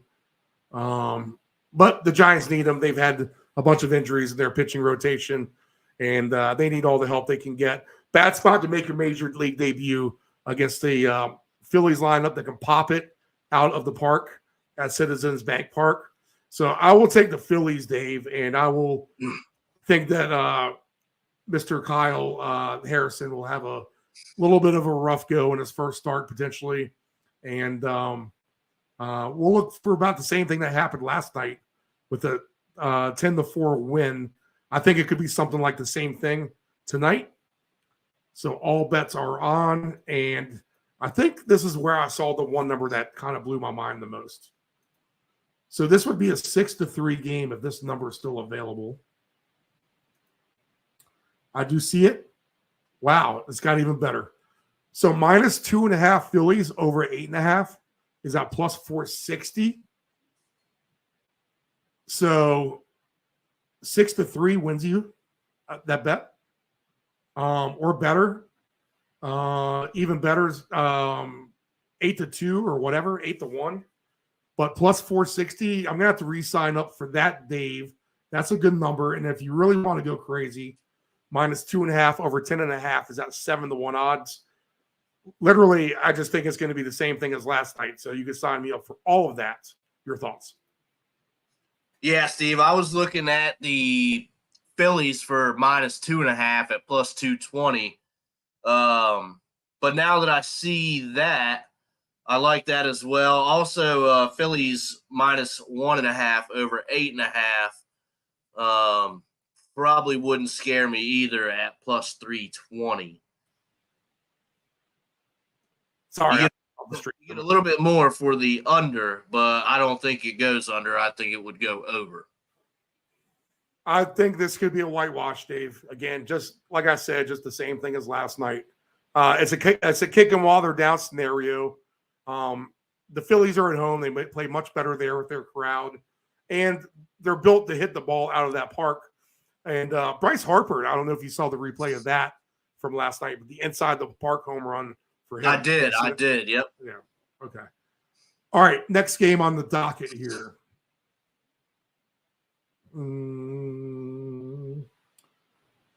7-10 Dodgers and Guardians. Could be thunderstorms, 79 degrees at Progressive Field, so be aware of that. Bobby Miller against Noah Syndergaard. So the Dodgers traded Syndergaard to the Guardians. So here's the deal here. Syndergaard's 2-6, 6.57 ERA. He has not been good. He's been bad. A lot of hits in 76 innings, 49 Ks. So he's not striking out anybody. He's not the Thor of old by any stretch of the imagination. And Dave, honestly, if you're trading away the guy, then you know what you have, and you know that he's not good. And your batters and hitters know him significantly well, let's just say. So this has the potential to be a bloodbath early, I think, in Cleveland. Kind of a flex your muscle game for the Dodgers if they do happen to get underway and don't play in bad weather. And Bobby Miller's not been too bad for the Dodgers. So he's been a good pitcher. Cleveland can be very, very offensively challenged for sure. That could play against them. Now, you get the Dodgers at a decent price, 196, minus 196, which is decent for the Dodgers on the road, though. But I think you just play it like this, to be honest. I think this is pure and simple. This is a minus 2.5 over 6.5. So this is 5-2 that the Dodgers could win, and that's at plus 185.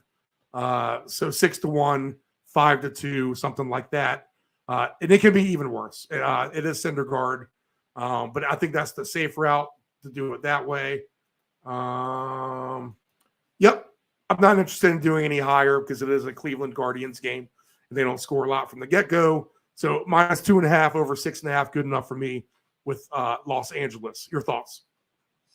Yeah, Steve, my thoughts was exactly that. We've talked about it before with Cleveland being offensively challenged at times.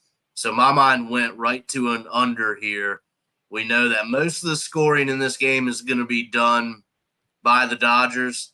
So they got it set at 8.5 right now at a -102. And I think that's something that I would actually probably take a look at. You're talking, 7-1 Dodgers, 6-1 Dodgers. Those scores that you just mentioned, those will get you there. So, or not the, but yeah, the under, Steve, I think is probably the way that I would trend, being what we know about Cleveland. The New York Mets with Tyler McGill are at Elder and the Atlanta Braves. Elder's been a good pitcher for the Braves. -215 over under an 11. Bryce Elder, the righty. He is 9-4 overall, 138 innings pitched, just 122 hits. He doesn't strike you out, but he finesses his way past you with the 100 strikeouts to 45 walk ratio. A few more walks than you'd like to see. But a much better ERA than his counterpart, McGill, who has a 5.53 ERA, 7-6 overall, 103 hits in just 86 innings, 69 Ks only, 44 walks. So that's a bad ratio. He just hasn't been good. One of those arms in the Mets farm system that they just kind of prayed would be decent, but he's just been a fill in the gap guy. So this sets up for the Braves well to beat up on the Mets here, I would think, just because of McGill's the pitcher. But Atlanta's been kind of, I don't know, something about them lately. Like I was not impressed with them against the Giants when they came home. We talked about that before the weekend. They're kind of the one kind of real letdown of the weekend was them against the Giants. The Mets have been scrappy lately, too, and they've been winning games quietly, subtly. They sold off all their players, Dave. They call up these kids from the minors. Now these guys are flying. They're hitting home runs. DJ Stewart. Ortega, who was cut by the Yankees, has been playing well. So these guys have come in, and now Lindor's gotten hot. Polar Bear Pete has hit a ton of home runs in the second half. So the Mets getting hot at the right time. I'm not going to play this game, but I will be rooting for the Mets because I did do this. The Mets in the wild card. Did we not talk about this? I swear I thought we talked about this. Maybe just the American League.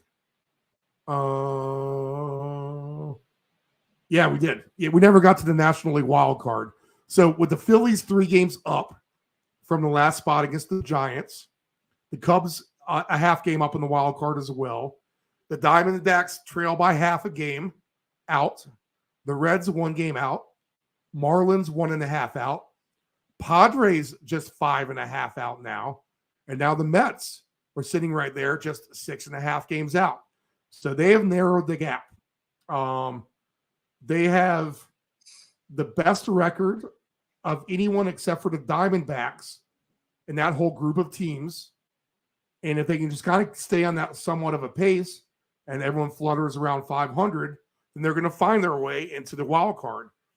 So at 350 to 1 odds, I took a ticket on them to just reach the National League Championship Series. Get to the Final Four, 350 to 1 odds. So they're back a little bit, 6.5 games. But let's see where this is in 2 weeks. Because if it's somewhere down around 3 or 2, then they're live. Big time for that ticket. And those odds have dropped now. And I also parlayed that. I got this a few days back now. It's kind of a little bit of the head of the game. They were 500 to 1 at some point. But I did take a ticket with them at 350 to 1 parlayed to the Mariners to make the Final Four, the ALCS. Okay, so so the Final Four being the last two American League and National League teams alive. So that parlay ticket pays. In fact, I'm going to have to tell you this, just because it's mind blowing. So let me do my quick login. But give me your thoughts on this game, Dave, while I look this ticket up. Steve, if they're being scrappy like that, I would maybe look at a +1.5 at -112. I mean, the Braves are good. We know that they're at home. So this could be a spot where they beat up on them a little bit. But if the Mets can somehow hang in there and at least make it a close game, and you want to give them a little bit of a chance, I think -112 for +1.5 isn't all that bad. So maybe that's a way you could go if, like yourself, you're a Mets fan or you want to see them do well and you think that they might have a chance, then that's probably where I would go with this, Steve. I don't think that I'm going to end up doing anything with it.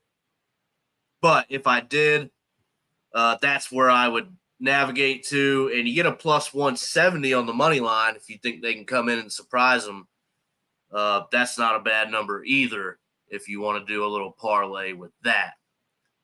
So, but knowing what we know here, Steve, it might be a tough ask. All right, Dave. I got a lot of football futures as I keep scrolling to get to the baseball. Okay, so the ticket I have on. All right, I have a straight ticket, $20 to win $7,000 just to reach the NLCS, and then a $15 ticket on the Final Four to be Seattle and the Mets. 15 pays $34,000.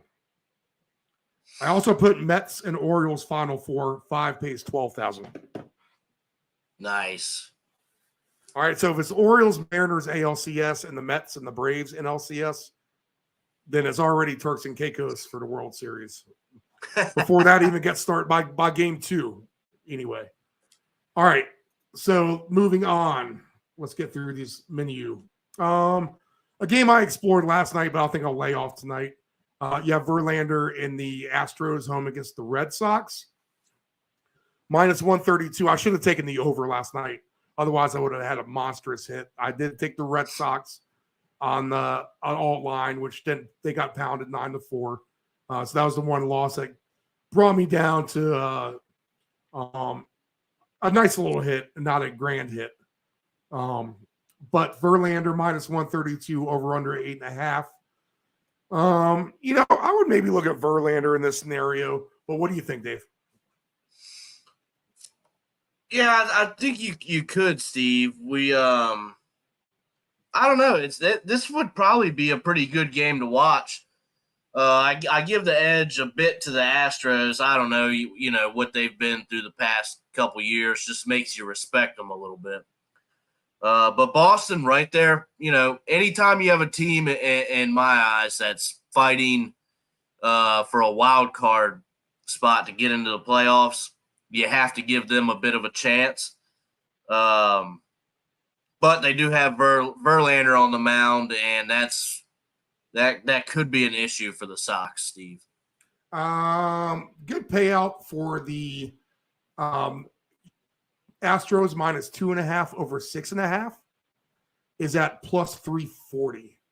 So that's a 5-2 game, 6-1 game, something like that. If you think that Houck can take a beating at the hands of the Astros, just to look at his numbers real quick, so we know what we're talking about.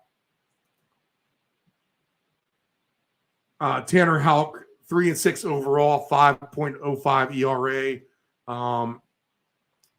about a hit an inning, about a strikeout an inning, 9 home runs in the 67 innings pitched. Verlander, he's put in some innings, 112 overall. He has been hurt.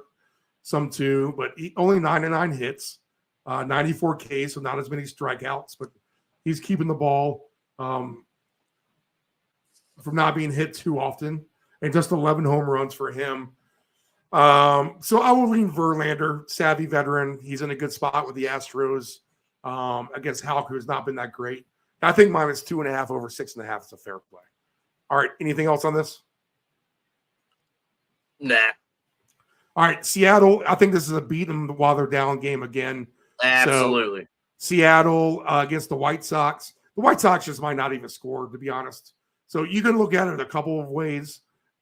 I'm not going to do an actual over in this one. I would kind of more look at an under. Because you got to pay a good number on Mariners -1.5, under 8.5 at +370. Now, the Mariner bats have been hot, but I just don't know if Chicago is going to score, to be honest. So maybe the bats quiet down a little bit and they just win 6-0 or 6-1 or something like that. If you want to play it conservative, though, you can go all the way up to -1.5, under 10.5 is +220. I think that's fair game. So that way they can win 8-1, 8-2 still, something like that. Have plenty of nice hits and scoring and still win you your bet at +220. So kick them while they're down, Dave. Yeah, my thoughts exactly. My mind was going right to a Seattle run line, somewhere between 1.5 and maybe even as high as 3.5.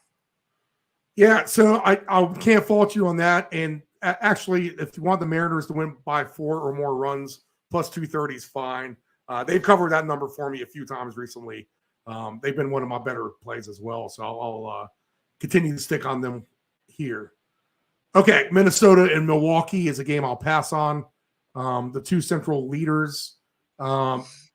These teams have the same identity. Exactly. I mean, they literally do. The line is -112. Over-under is 8 in this. It is Ober against Miley. So 2 okay pitchers for sure. I just don't have any thoughts on this, Dave. How about you? Not really. No run scored in the first inning. Yeah, let's go with that. How about that? Maybe a Brewers money line. Like you said, these two teams are, I mean, damn near identical. So that just makes me not know what to do here, and I'm not gonna pick on something that I'm just not certain of. So I'll probably leave that alone. Maybe a Brewers money line if you think that they might be just a little bit better. Literally, the only difference in these pitchers is Bailey Ober. One, he's a righty, and Wade Miley's a lefty. But Bailey Ober has many more strikeouts than Miley does, and that's about it. Their splits are nearly identical across the board. They both have 6 wins, low 3 ERA, about the same WHIP. So career versus each other as well. The Brewers don't have any at-bats against Bailey Ober. And against Wade Miley, Solano's 2 for 12. Polanco's 0 for 6. Luplow is 2 for 16. Correa is 1 for 10. Lewis has never faced him. Kyle Farmer, 2 for 2. Vasquez, 2 for 5. Wallner has never seen him. Taylor, 1 for 3. So not a lot of success either. I mean, this is a dead under game. I mean, is it not? It has to be. So no run first inning, Milwaukee and Minnesota. All right. Yeah, that's the best way to go about it, really. Literally, get it over with. And you don't have to watch it either. Cincinnati and the Angels, West Coast 9:30 game. Ashcraft at Giolito. Giolito has been bad for the Angels, and he's the favorite somehow. So Ashcraft is catching money here. It's not like he's been great either. So this game might scream over. 86 degrees and sunny, so no more hurricane. Graham Ashcraft, 6-8, 4.89 ERA. Giolito, 7-9, 4.44. But bad for the starts for the Angels is Giolito, both righties. I could see this being an over game, but I think I'll pass. Dave, what about you? Steve, I think I might go. I don't know. We got some time to think about it, but maybe a Reds money line. They're at plus 130, and I still have them in a ticket, so I would still like them to do well. Although that ticket seems to be fading quicker and quicker, and it's definitely all because of the Reds for sure at this point. But if I have them on that ticket, let's stick with them. Try and hope that they can get a little bit of a resurgence here. And plus 130 on the money line is probably where I'm going to go. I just don't know about that Angels team, Steve. The Padres and the Marlins, interesting game for me last night because I was looking at a nice 4-digit hit. We'll just say that. So it was going my way. I hit the first 3 of what I needed, and then this was the last game. I had the Padres minus 1.5 over 8.5. Was that right? Over 9.5. So basically 6-4. I had to win the game. I got up 5-0 out of the gate. Kind of slowed up a little bit, and then they got 3 runs in the 6th inning, and I just didn't have a good feeling about it. So I had a couple different cash out options. I kept one ticket, and I actually cashed the other ticket for more than the value, for about double the value than what I would have won. And they never got there, Dave. All the outs happened, no more runs. So I cashed out at the ultimate time I could have to actually double the winnings as opposed to if I let it all ride. So I actually kind of felt good about that. It's tough. You never want to eat a ticket, but the writing I just didn't have a good feeling on it, to be honest. And I slept much more peacefully on it, even though I lost. I still won, if that makes sense. I won, lost, and won all at the same time, if that made sense. But Snell and Luzardo is the same type of dealio tonight. Same kind of game as last night with Waka pitching.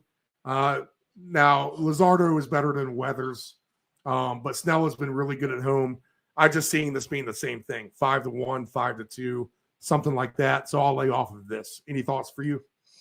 Yeah, Steve, I'm going to lay off as well. This is just one that I'm just not quite sure of. And again, I don't want to, make a pick on something that I'm not quite sure of and just kind of hope it gets there. I'd like to have somewhat of an educated guess anyway. So maybe we'll revisit it if I decide to do some late night plays, which I have been known to do. That's usually during hockey season, but late night plays sometimes work out. So I'll give it some thought, but as of right now, Steve, no, nothing for that game. Dave, what can you tell me about the Angel Zerpa versus Danny Jimenez matchup in Oakland tonight with the lefty Zerpa against the righty, the Athletics? Can you tell me anything about those two? I cannot tell you much about that. Both of them have a high, over a 6 ERA, 1.50 WHIP, and minimal innings pitched. They pitched a combined 21.1 innings on the season. In those 21 innings, they've given up a combined 4 home runs, 13 strikeouts only. So maybe an over in Oakland tonight, David, 86 degrees with the Royals and the A's, but we'll pass on this. Anything from you? Definitely a pass. I have absolutely nothing if I play a late night ticket, that will not have any part of it. This weird for me to say, but I'm going to take the hot team against the cold team, and I'll take the Diamondbacks with Zach Gallen on the mound. He's been a beast at home. He never loses at home against Gray and the Rangers. And the Rangers, like we said, have lost now 5 in a row. They're somewhat reeling a bit. And Gallen is a good pitcher. So I'm going to take the Diamondbacks here. I could see this being like a 3-0 game or something like that. But I'll go ahead and I should do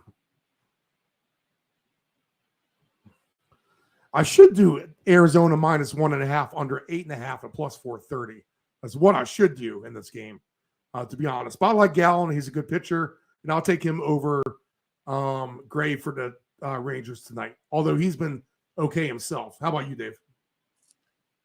Yeah, Steve, I got the Arizona to win the game and under 8.5 at plus 230. Given the information that we have, Texas slumping. The theme here today has just been kind of kick them while they're down. And unfortunately, Texas is down right now, so that's not good for them. To get the 230 number for the D-backs and the under, I think I'm okay with that. All right, so we're both on board with that. All right, give me your best plays. All right, best plays, Steve. Here we go. For the evening,